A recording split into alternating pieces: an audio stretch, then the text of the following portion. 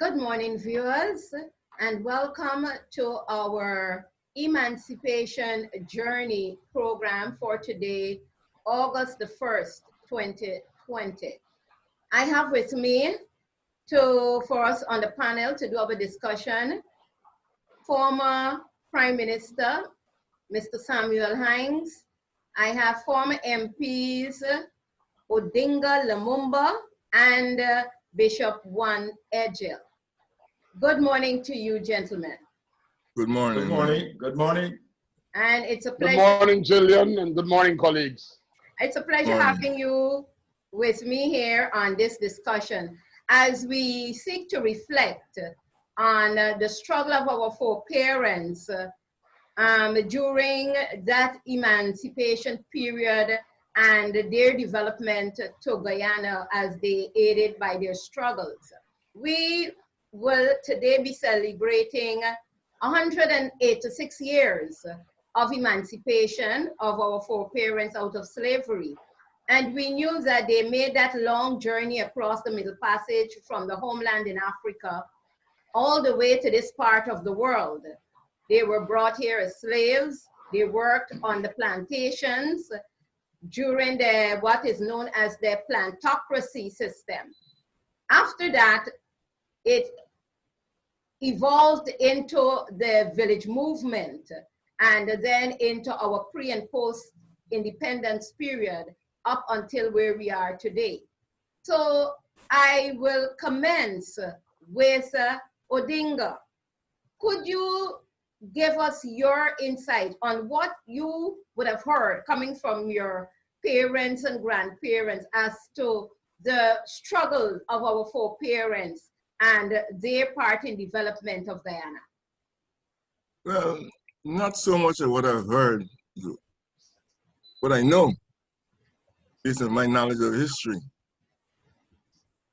Black people or African Guyanese have been fundamental to the development of Guyana. They came here as slaves. Development of Guyana was based on the capacity of the black slaves to develop this country. As free labor, they provided free labor, they dug the canals, they built the roads, they built the bridges. Every single economic posture that's done in Guyana in the early days was carried out by black, African, whatever term you want to use, Guyanese. Matter of fact, a good insight on this is Walter Rodney's book, or Europe on the Developed Africa. There's a famous Guyanese, and the Prime Minister might have heard of this name. His name was Ross McKinnon. Ross McKinnon was a Pan-Africanist who went to work in Ghana with Nkrumah. And Ross McKinnon, interestingly, was a Buxtonian. And I did not know of him until I visited Ghana. So Guyanese were not only behind the wheel, as we say in Guyana, in terms of its development, but Guyanese are also part of the intellectual scheme of things to push the whole issue of Pan-Africanism and the whole issue of freedom in the world as we know it today. So my point is black African Guyanese are fundamental to the development of Guyana. And I'm talking about the infrastructure of Guyana. Then we need to move on in terms of the middle class of Guyana in those days. The teachers, the nurses, then doctors, civil servants. And I think in the 60s, thousands of Guyanese, or at least hundreds, went to countries like Zambia, Ghana, and other African countries to take their skills in the teaching profession and the areas of medical in terms of nurses. So our capacity as to sustaining Guyana covers the length and breadth of this country and also Africa. Thank you. Bishop, could you give us your thoughts? Well, Gillian, let me first of all say happy emancipation to all Guyanese, and more particularly to our Afro-Guyanese brothers and sisters. I think we should all be proud to celebrate our emancipation. We should all be proud that we have been freed from the shackles of slavery, and more so, we have been able to fight and bring ourselves into a place of independence and continue to fight to achieve real financial independence so that we could continue to develop our country. We must put on record that slavery is an evil that should have never happened. There should be no apology. There should be no explanation or trying to wish away the fact that the slave trade, the use of human beings as beasts, so to speak, for the development of another class was a wrong, whether it was done in the name of God or it was done in the name of achieving a greater good. It's an evil that should have never happened. Having said that, when we look at the historical context of Guyana, Guyana is what she is today because of the significant contributions that have been made to her development by Afro-Guyanese, whether it's economics, education, politics, business, sports, culture. In every field, we can find significant contributions that have been made by outstanding Guyanese. And while I'm on this, something that I take offense readily on is often when the media speaks about African culture and the contribution of Afro-Guyanese. The first image you see is a set of people drumming and probably some half-naked people dancing, as if that is the sum total of what African culture and African contribution is all about. But our scholars, our engineers, our lawyers, our judges, our politicians, our school teachers that have molded the lives of so many great men, our doctors, our neurosurgeons, the specialists in so many different fields have been Afro-Guyanese and from Afro-Guyanese extraction. And I think today, Gillian, with all that has happened, with such a terrible history and past where we have come from, we need to salute those Afro-Guyanese, hail them up, so to speak, and not forgetting the struggles of our working black women in Guyana who have defied the odds to raise children like Sam Hinds and Odinga Lumumba, I wouldn't say myself, and Gillian Burton and others, who have put their pennies together, who have gone against all the odds and the uneven circumstances, and they have raised up a generation of Afro-Guyanese that are doing well, providing leadership, and they're holding the flag of Africanism high and showing forward that we are a people to be reckoned with. So I will confine my opening comments to that for now. Thank you, Bishop. PM, could you come in here? Well, good morning to you, my colleagues, and good morning to all our viewers.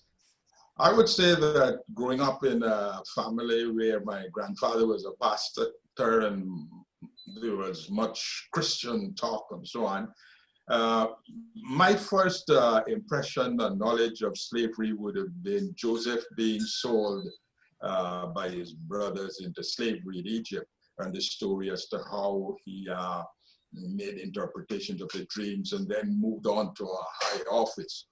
But also we had connections to America, because the story was my grandfather had, in his early days, maybe over 100 years ago, gone up to America and met some of the persons who were involved in the African movements in America in those days. I think it was said he met Booker T. Washington in those days. So those were my beginnings to think about slavery.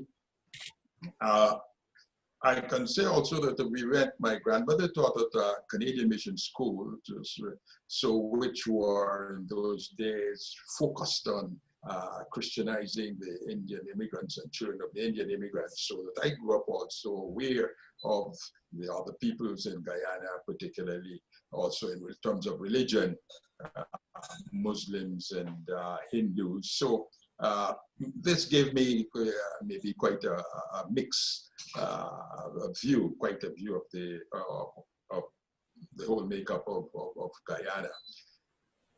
And of course, the contribution of Afro-Guyanese, starting with the slaves in bringing this land of Guyana under agriculture, establishing the estates and so on. We should always keep that in mind. And the achievements of the very earliest, even some persons, I think, one of our first lawyers in Guyana might have been started life as a slave and became freed and went on and qualified as a lawyer. And as Bishop was saying, I think as I grew up, our African people in Guyana were very proud of the achievements they were making in academic areas and of their public service as lawyers and doctors and in teachers in the public service also. And this was the background from which I and I would say others of my generation, my age group, this is the background from which we came. Of course, things are never steady and stationary, and then we got into the period of independence coming into Guyana and so on. So let me extend again my greetings to all my other African brothers and sisters in Guyana, and maybe to all Guyanese, because the Guyana we are working to create is a Guyana that has roots in all of our 6 different people, and we together celebrate all the significant events, significant historical events and festivals for all of our ancestors, and that is what makes us essentially Guyanese. Thank you, Hinds. Gentlemen, all of you would have mentioned the fact that coming to this part of the world, coming to Guyana, we always look to highlight the fact of our culture being one of just drums and half-naked people, you know, dancing around, and maybe with shacks and that kind of thing. But we never really look at the fact of the real contributions that were made by our brothers and our sisters, our foreparents.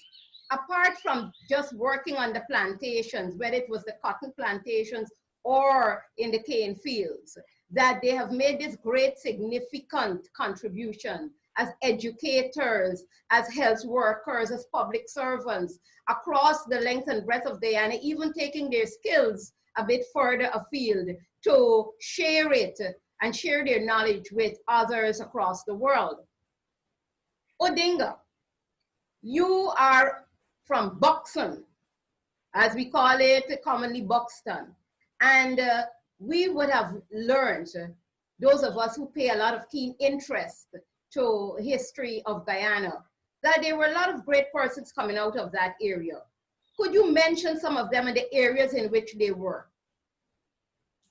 Well, we have great lawyers. The Pollards, for example, are from Buxton. They're the lawyers. Great businessmen, like a gentleman named Holder. He was rumored to have the largest hardware store in Guyana at one point in time. We have school teachers. UCK1, the Monroes, and Youngs. many others. They are great postmen, school teachers, lawyers, doctors, public servants. But let me tell you the most fundamental thing. I had a friend, and God rest the dead, named Morris Charles. They call him David.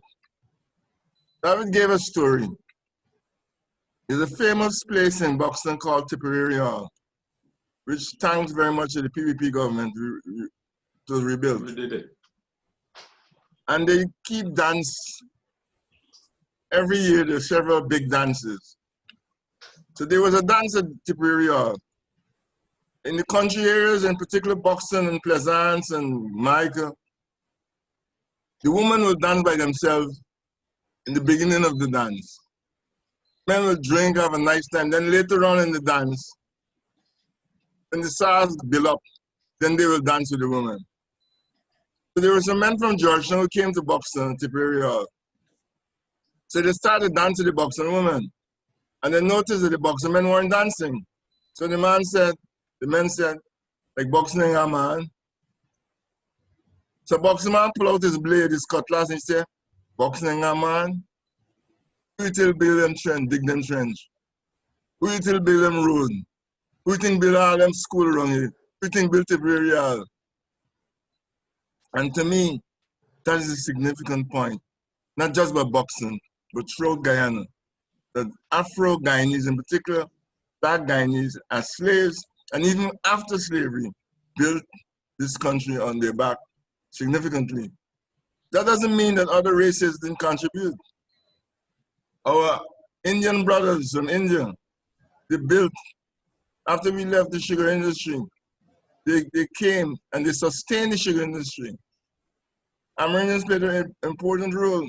So it's Portuguese, so it's Chinese.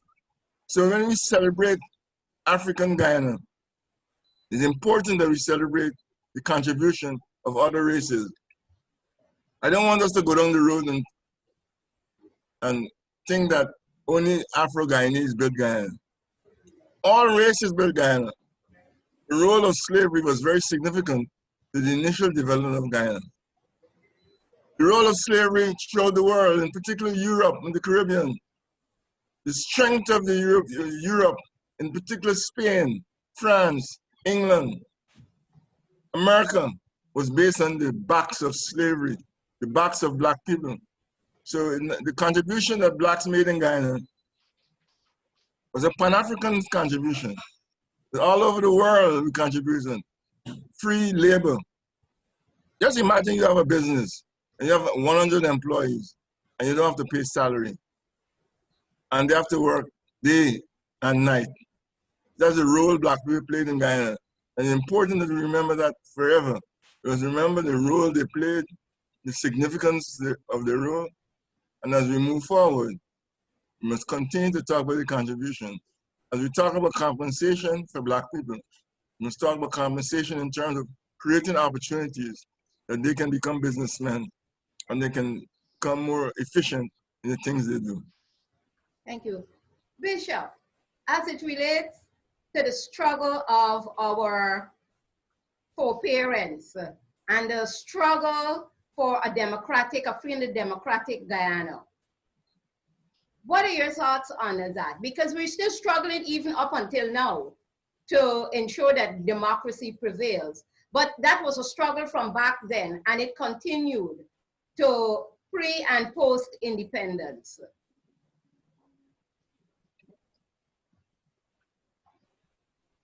Bishop? Bishop, apparently, Like he's Bishop, missing. Bishop? Yes. Yes, Gillian. Well, let me first of all indicate that I believe that we need to move from the posture of merely seeing Blacks or Afro-Guyanese as victims of a system.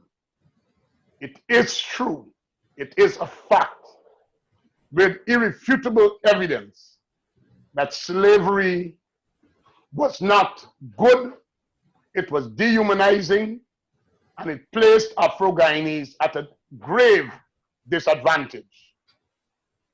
But what I have seen is that since the emancipation, Afro-Guyanese have been able to use that resilience, that tenacity, that spirituality, that willpower to pull themselves up to heights unimaginable. And one of the things that is significant is that they have been able to see that they could be the authors of their own destiny. We don't have to be ruled by others. Colonial masters don't have to determine our future and the future of our children. We could be on that road of self-determination. And the role that Afro-Guyanese have played in the independence struggle, and after the independence struggle, when it became necessary, because we had fallen into that era where love power greater than love for people. Some people call it dictatorship. A number of Afro-Guyanese played significant roles in the restoration of democracy.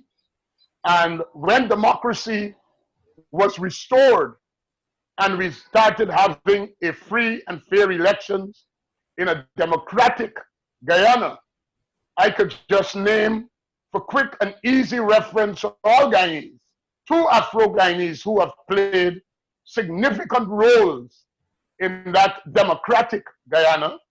Prime Minister Sam Hinds, who also served as president, who is sharing that program with us today. And undoubtedly, the role of Roger Forbes Luncheon, who served as the head of the presidential secretariat under several presidents, who was at all times accessible and understood the black struggle and ensured that in the delivery of goods and services that blacks were included. So we could talk about the Rodney years of seeking to fight the Burnham dictatorship to ensure we have democracy. I remember Odinga and PM could talk more about these men.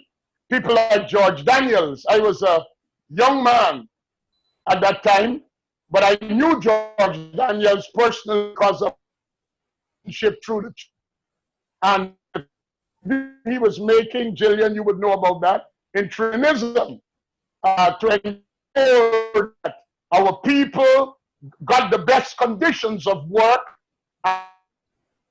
beyond just looking after workers' interests, but he looked after the interests of all Guyanese to ensure that dictatorship did not take over Guyana. And I would even want to highlight the roles in the progressive thought of people like Odinga Lumumba, who understood that he was part of a system that was not working in the best interests of all, and made a conscious choice to engage with other political forces for the development of Guyana and for the liberation of blacks in our villages. And I could recall Odinga during what we used to call the President Youth Choice Initiative, traversing the length and breadth of Guyana, working with youths to put in place infrastructure in their own communities to ensure that our young black people were able to elevate themselves, whether it's for learning, whether it's a recreation, whether it's a sports.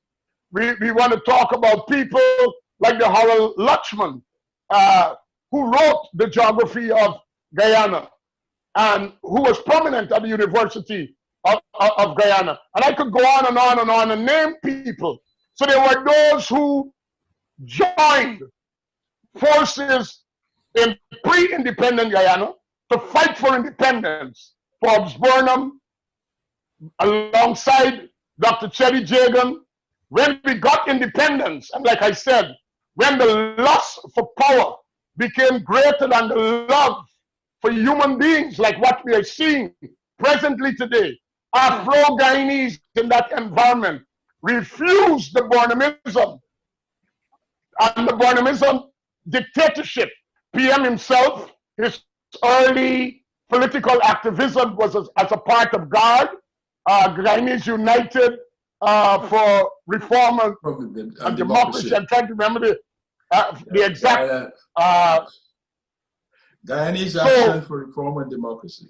Reform and Democracy. So there were Guyanese who stood up, and in the standing up were a lot of influential Afro-Guyanese. Afro-Guyanese stood up before independence, since independence, and even today, in our struggle to ensure that we have democracy maintained and we don't slip into dictatorship. Look at the amount of young Afro-Guyanese who have taken principal positions, and they all need to be lauded and commended for the contributions that they are making. Okay, Bishop, I want to go over to PM now because before you go over the PM, I want to piggyback on something Bishop said. It's very important, and PM would comment on this. It's very difficult to talk about the development of Afro-Guyanese and don't talk about the development of Indians. Look at Linden, bauxite industry, the sugar industry, the sugar belt. These are two major industries that carry this nation. And what's interesting, what's fascinating, ethnicity. Linden, Afro-Guyanese, the sugar belt, basically Indo-Guyanese. And the strength of these two industries was at one point in time, the strength of Guyana. So as we talk about the development of Guyana and the contribution of races, in particular Afro-Guyanese, we have to point out the role Linden played in the development of Guyana. Thank you. PM, what would have been mentioned earlier is the fact of, you know, the persons who played a great role in the development of Guyana.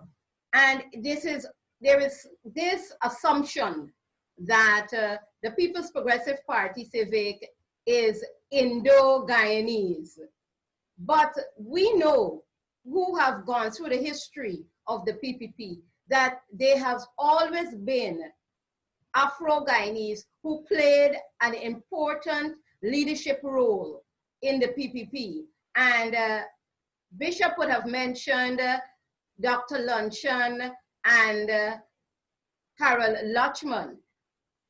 Could you give us an insight of some more of those persons, those Afro-Guyanese, who played a very important role in the development and leadership of the People's Progressive Party? Well, thank you very much, Gillian. I think that we should reflect that Dr. Jagan, when he formed the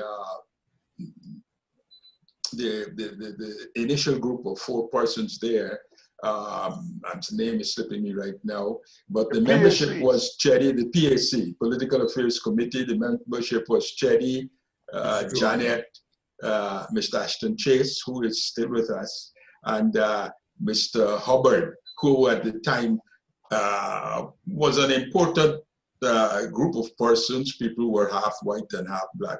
Mr. Hubbard was one of those. And I think Dr. Jagan was always aware that we have a challenge to bring together all our people, representatives of all our people in making Guyana, that we would have to make a Guyana from 6 peoples, and that it may appear contrived, but that is what we had to do. We have a job to do in Guyana, to make 1 people out of our 6 peoples. And that was a task that you had to work at deliberately. And in many cases, it may appear contrived initially. But when people get together and work together and see the benefit of working together, after a while, it would happen naturally. I think that it was significant that Dr. Jagan ended up going to study in the USA, and so got into contact. He went out there, I think in 1936, and he was there up to 1943, in that period after the great crash and the economic turbulence, and that came about 1929, 1930, and the New Deal of F.D. Roosevelt, Franklin Roosevelt. And I think those things, he would have been at a very impressive period of his life, 18 years to 25 years. And he was associated with many of the African movements in the US of the time, and also many of the personalities. There was a very beautiful picture at Freedom House of him and Paul Robeson, the black singer, who in those days had problems in being accepted into the American society as a whole, as a black person singing. We had also that lady, I think Miss Anderson, who was also a singer of that period and faced difficulties of that period. So I think in terms of standing with black groups and black personalities in the USA from about that period, from the 40s to the 60s, I think that Dr. Jagan had better credentials than Mr. Burnham even and the PNC people. And then on to the ANC, Dr. Jagan with Dr. Donald Ramatar went to receive a special award from the ANC in South Africa. The standing of the People's Progressive Party with black groups and the struggle of blacks in America and all across the world, and in Africa in particular, has been quite good, and I would say better than the PNC's standing. So there was no doubt that Dr. Jagan and the PPP looked to Afro-Guyanese as being equal partners in the building of our country and our people. And that is one reason why when the PPP was founded in 1950, there was initially the inclination to have Mr. Ashton Chase as chairman, but wanting to spread things out, the post was offered to Mr. Burnham.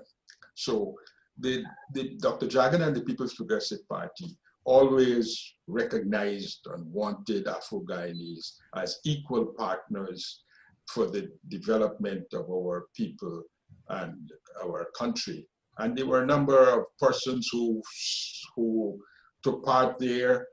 Mr. Wilson, who was known as, is it Coco, or the commander, famous for taking hold of the TNHD boats crossing the ferries, I think back in either maybe 63, in the 63 strike perhaps. And of course, all along we had Mr. Brindley Ben, who was a personality in his own. And the feeling is that some bit of estrangement would have developed between him and Chetty, but it developed because he felt that Chetty was not standing up strongly enough against Burnham and the PNC in that period from 64 onward. Well, from 62, 63 going on, he felt that the PPP should have been standing up much more strongly and fighting Burnham and his PPP people much more strongly. So there have been significant Afro-Guyanese in it. We have the gentleman who was Minister of Education for a while there, a fellow Myconian, forget his name. His niece or somebody joined us back in 1992. We've had significant Afro-Guyanese participation, and I would say that, speaking a bit about myself and my getting into politics and working with Dr. Jagan and the People's Progressive Party in 1990, we can recall that there was this long period, 64 to 92, when Dr. Jagan and the PPP were treated unfairly, to put it mildly. Elections rigged openly and so on and so on.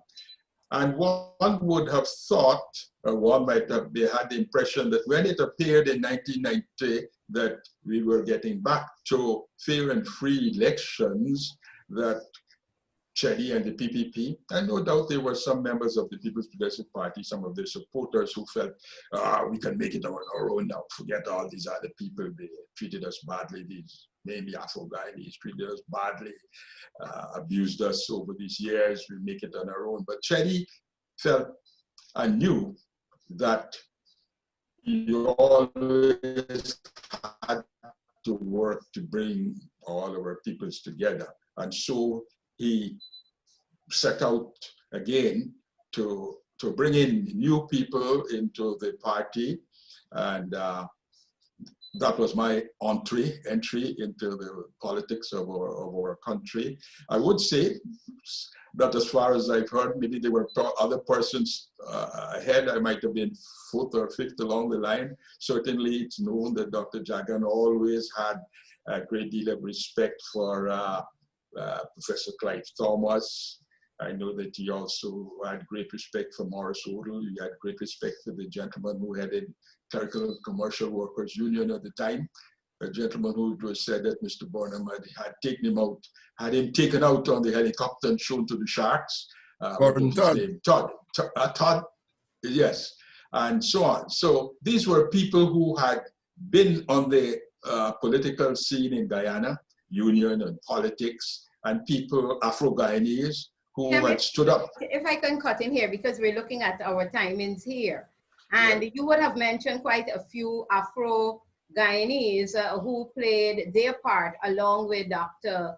Chedi Jagan in the PPP. And there are some other names like Jesse Burnham, Jane Phillips Gay. That's true. Had Brindley Ben. There were 3 J's, yes. And that is something we need for persons to understand, that Mr. Brindley Ben is the author of our motto, and that is why it is held so dear to the hearts of Guyanese. One people, one nation, one destiny. Yes. We mustn't forget Cyril Belgrave. No, Cyril Belgrave, and we also have our own Clinton Collymore, and so Shirley Edwards, you know, so many names that we can call as Afro-Guyanese who played their important role. But gentlemen, we're gonna wrap up now. And again, I'll start with Odinga. Could you give us your closing thoughts at this point in time? And you have 60 seconds to do so, as we look at the fact this emancipation journey and the role that Afro-Guyanese play to the entire development process from the time our foreparents came up until now. Give us your closing thoughts on that, please. I think what's important is the role Afro-Guyanese will play in the future development of Guyana. We're on the verge of having a new government in place, PPP Civic, who have always embraced the development of Afro-Guyanese, whether it be Linden, Berbice, South Georgetown, Buxton, Golden Grove, Partica, where Afro-Guyanese live. We need to ensure that the hands of freedom, the hands of justice, the hands of equality reaches out and touch everyone, regardless of race, color, and creed. And I pledge to my brothers and sisters that the PPP in power will be a good organization. We should not be afraid.